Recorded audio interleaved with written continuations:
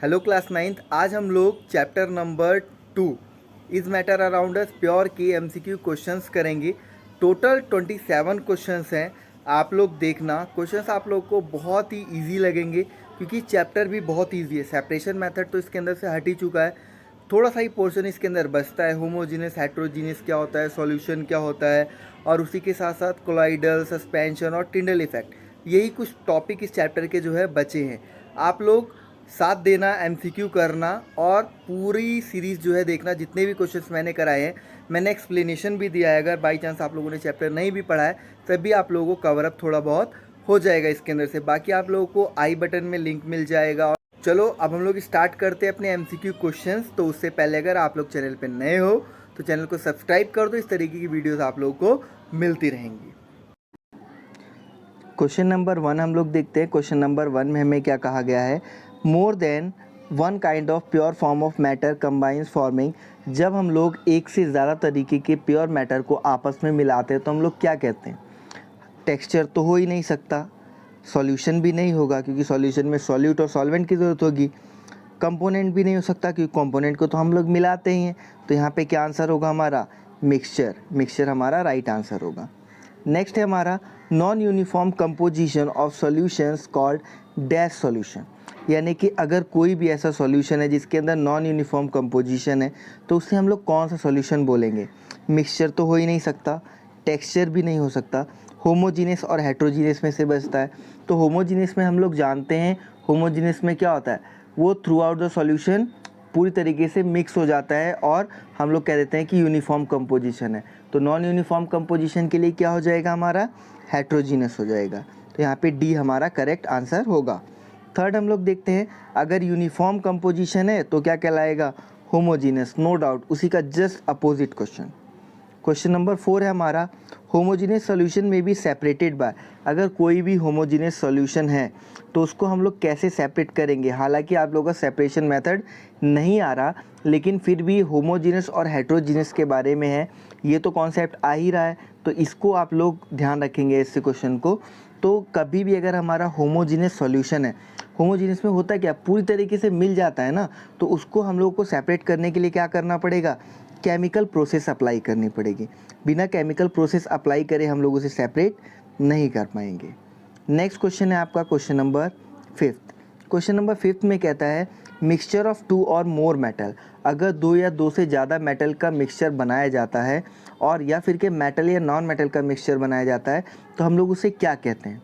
ठीक है, तो हम लोग उसे सॉल्यूशन तो बोलेंगे ही नहीं। ठीक है, ना सॉल्यूशन बोल सकते हैं, ना मिक्सचर बोल सकते हैं, ना मेटेलिक मिक्सचर होगा।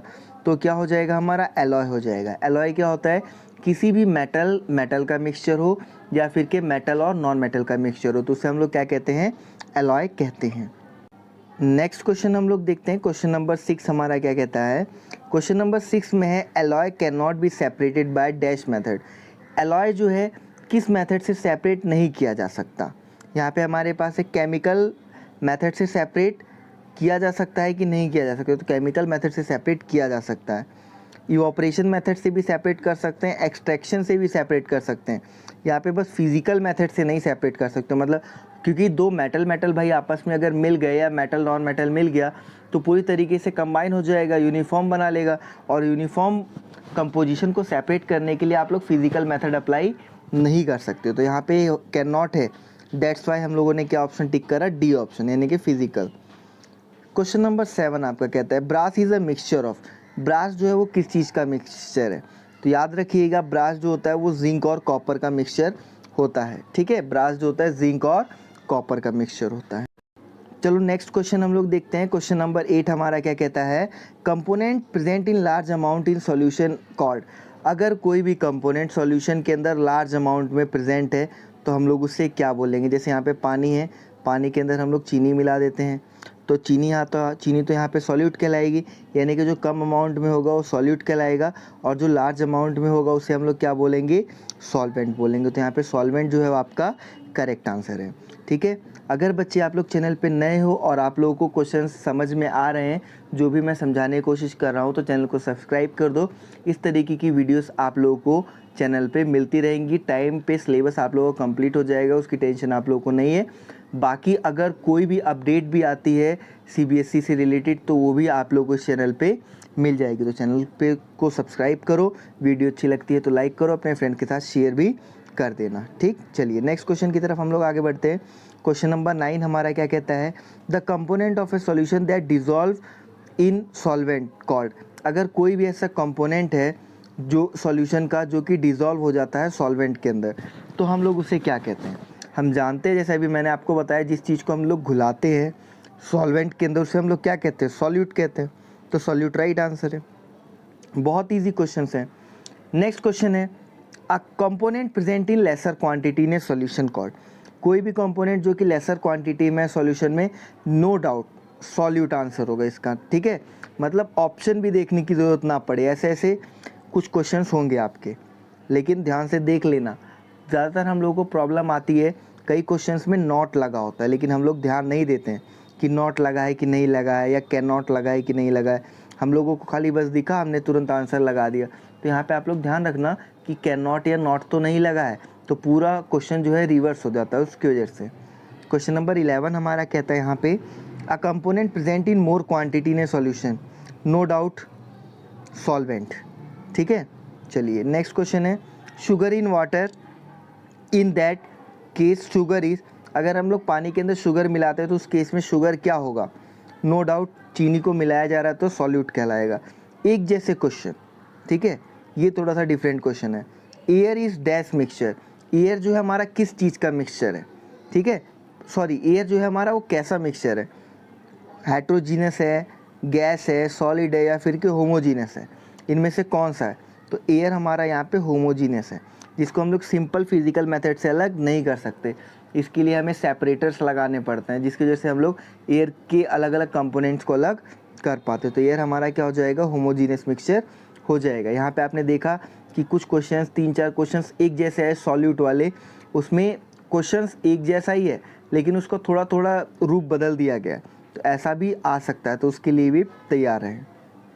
नेक्स्ट क्वेश्चन है आप लोगों का, if the solute particle size is smaller than it can not be seen by naked eyes.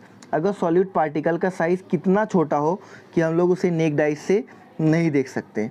अगर मैं 1 मीटर की बात करूँ तो 1 मीटर हम लोग आसानी से देख क्या लेते हैं, नाप भी लेते हैं। 1 सेंटीमीटर भी हम लोग देख सकते हैं, 1 मिलीमीटर भी हम लोग देख सकते हैं।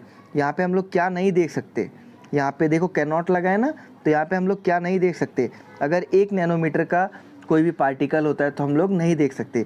और 1 नैनोमीटर में कितना होता है, 10⁻⁹ होता है। ठीक है, याद रखना। चलिए क्वेश्चन नंबर 15 है हमारा। क्वेश्चन नंबर 15 में हमें कहता है, when no more solute can be dissolve in a solution at a given temperature. हमने मान लिया कि यहाँ पे बीकर लिया, बीकर के अंदर हम लोगों ने पानी डाला, पानी के अंदर हम लोगों ने चीनी डाली।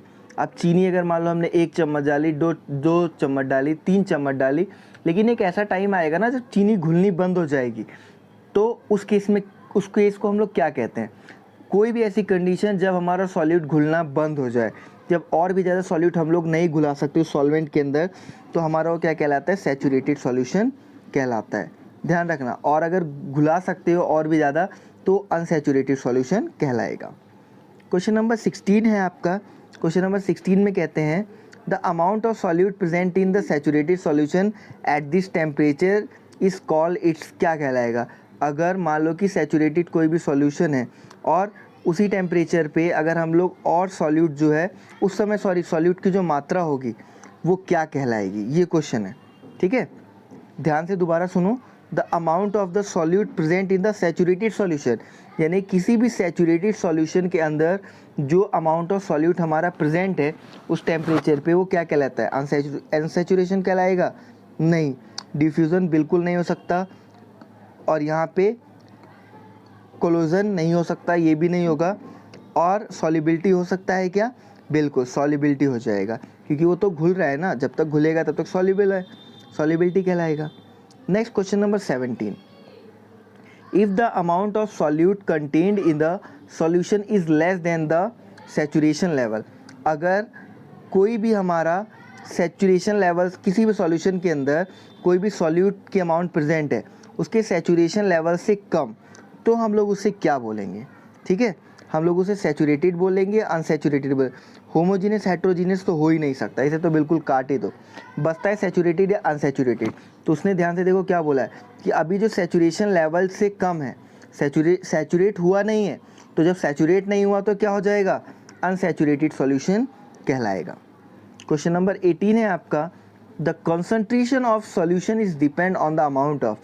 अगर मतलब कोई भी सॉल्यूशन है, उसकी जो कंसंट्रेशन है वो किस चीज़ के ऊपर डिपेंड करेगी, सॉल्वेंट पे करेगी, सॉल्यूशन पे करेगी, या पार्टिकल्स होगा बच्चों, यहाँ पे मिसप्रिंट हुआ है, पार्टिकल्स पे करेगी, या फिर के सॉल्यूट पे करेगी। ठीक है, तो ये 4 चीज़ें आपको दी गई हैं।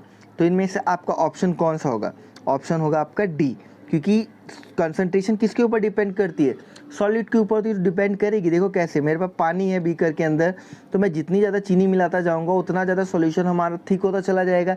इसका मतलब किसके ऊपर डिपेंड कर रहा है, डायरेक्टली यहाँ पे बच्चे डिपेंड कर रहा है सॉल्यूट के ऊपर। तो बिना सोचे समझे सॉल्यूट पे टिक लगा दीजिएगा। नेक्स्ट क्वेश्चन हम लोग देखते हैं, क्वेश्चन नंबर 19 हमें क्या कहता है।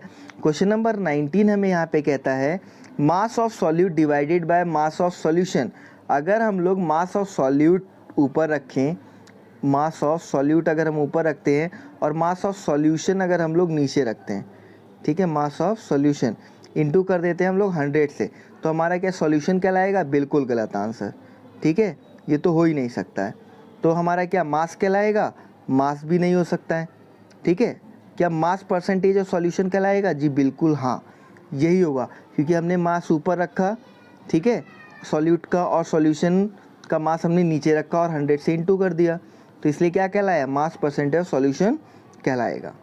ठीक, नेक्स्ट क्वेश्चन है हमारा क्वेश्चन नंबर 20।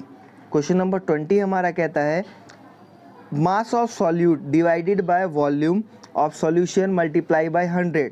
अगर हम लोग मास ऊपर रखते हैं, ठीक है, और वॉल्यूम हम लोग नीचे रखते हैं और 100 से हम लोग मल्टीप्लाई कर देते हैं, तब हमारा इस केस में वो क्या होगा, मास ऊपर है नीचे वॉल्यूम है, तो mass by volume percentage of the solution. Mass by volume है, सीधा सीधा पता चल रहा है कि मास ऊपर वॉल्यूम नीचे, तो mass by volume percentage of solution.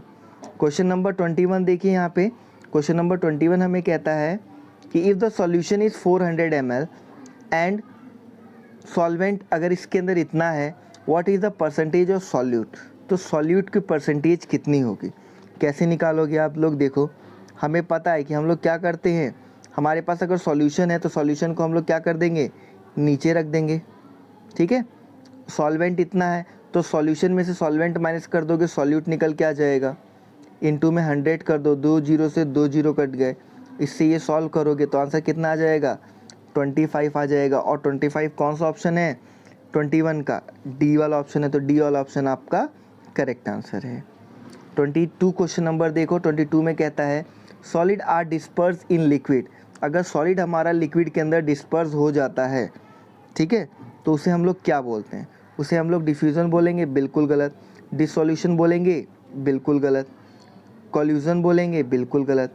Suspension होगा, बिल्कुल सही। क्या होगा, सस्पेंशन होगा।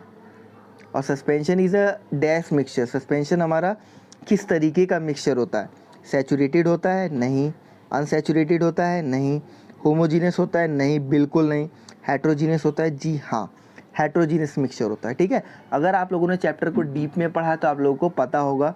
बाकी आप लोगों को आई बटन में लिंक मिल जाएंगे और साथ में आप लोग चैनल पे जाके प्लेलिस्ट में जाके चैप्टर को आसानी से पढ़ सकते हो। ठीक है, मैंने बाकायदा नोट्स वगैरह भी सब कुछ प्रोवाइड कर रखे हैं, आपको कोई दिक्कत नहीं होने वाली है।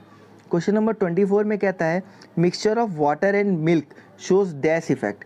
अगर मिक्सचर है वाटर और मिल्क का तो इनमें से कौन सा इफेक्ट शो करेगा, सॉल्युबिलिटी, नहीं, सॉल्युबिलिटी कोई इफेक्ट नहीं होता। डिफ्यूज़न शो करेगा, कोई चांस नहीं है। ब्राइटनिंग शो करेगा, बिल्कुल नहीं। तो क्या यहाँ पे शो करेगा, क्या शो करेगा, टिंडल इफेक्ट शो करेगा। ठीक है, next question, question number 25, colloid is a dash mixture. Colloid जो है हमारा किस तरीके का मिक्सचर है, सैचुरेटेड नहीं, अनसैचुरेटेड नहीं, बचता है होमोजीनियस और हेट्रोजीनियस। तो हमें पता है सस्पेंशन भी हेट्रोजीनियस है और कोलॉइड भी हमारा कैसा है, हेट्रोजीनियस है, याद रखिएगा। Question number 26, particles are scattered a beam of light. कौन से पार्टिकल्स होंगे जो बीम ऑफ लाइट को स्कैटर करेंगे through it and makes it path visible, और जिसकी वजह से उसका रास्ता जो है वो दिखाई देने लग जाएगा। Solute no, solvent no. तो कोलॉइडल पार्टिकल्स होंगे। कोलॉइडल पार्टिकल्स क्या करते हैं, बीम ऑफ लाइट को स्कैटर कर देते हैं, जिसकी वजह से हमें पाथ जो है वो विजिबल हो जाता है। क्वेश्चन नंबर 27 है आपका, लास्ट क्वेश्चन है। कहता है foam is a example of, foam हमारा किस चीज़ का एग्जाम्पल है? स्कैटरिंग ऑफ लाइट का नहीं, सैचुरेटेड सॉल्यूशन का नहीं, अनसैचुरेटेड का भी नहीं, कोलॉइड का एग्जाम्पल है। इसी के साथ आपका ये जो चैप्टर सेकंड के जितने भी इंपॉर्टेंट क्वेश्चन हो सकते थे मैंने आपको सारे करा दिए। टेस्ट सीरीज़ कैसी लगी, एमसीक्यू की सीरीज़, कमेंट सेक्शन में जरूर बताना, इस चीज़ का वेट करूँगा। अगेन बोल रहा हूँ, अगर चैनल पे नए हो तो चैनल को सब्सक्राइब कर दो। वीडियो अच्छी लगी है तो अपने फ्रेंड के साथ शेयर करना बिल्कुल मत भूलना, ठीक है, और लाइक भी कर